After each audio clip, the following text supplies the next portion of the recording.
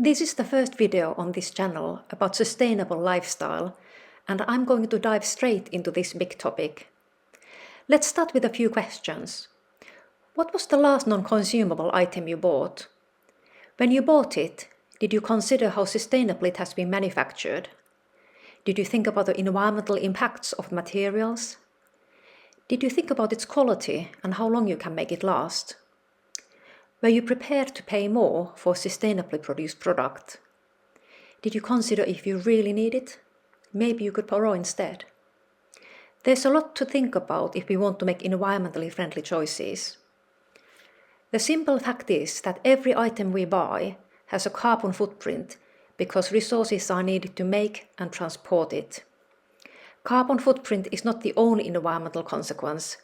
There are other things like microplastics ending up in waterways, forever chemicals that are found pretty much everywhere, and deforestation. I'm sure this isn't news to you. We have been hearing about impacts to other people, like the flash floods in Valencia in October 24 that killed more than 220 people. These floods meant an end to many businesses and jobs in the area. At the time of working on this video, in January 25, the devastating wildfires have been torching Los Angeles. The climate change has played a major role in these wildfires becoming larger and more intense.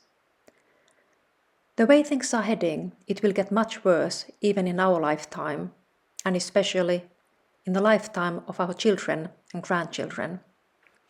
For example, changing weather conditions can damage crops, livestock and infrastructure at such scale that it can cause major food shortages and food insecurity.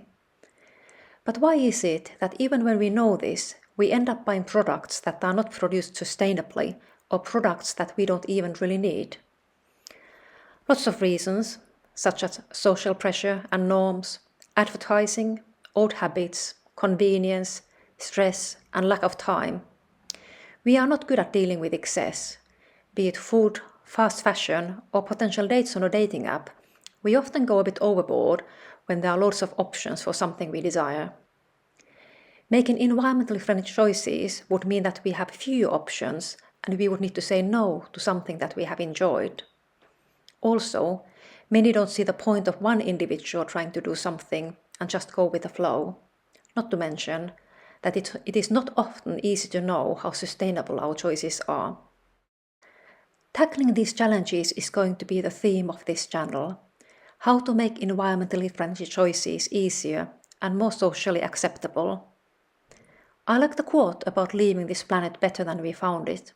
All my life, I have loved nature, and I would be immensely sad if next generations didn't have much left to enjoy. No doubt there will be amazing virtual experiences, and perhaps humans will be able to relocate to other planets. But I really hope that that will be an option, not a necessity, because humankind destroyed this planet. What comes to environmentally conscious living, I thought I'm doing well myself, having done several life choices over the years. But I did a new carbon footprint test recently, and my result wasn't that great. I'm now figuring out what steps to take next.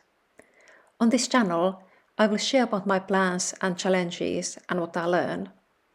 I hope that some like-minded spirits will find this and we can exchange tips and experiences.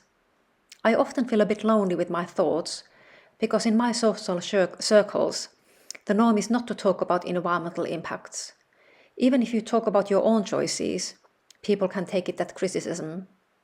For example, if you said that you did your Europe trip by train for environmental reasons, someone flying a lot could take an offense. So this is where I'm coming from. First, I'm going to focus on clothes shopping, wardrobe design and fashion, and how to make environmentally friendly choices while still feeling good about my style. I hope to see you in the next video.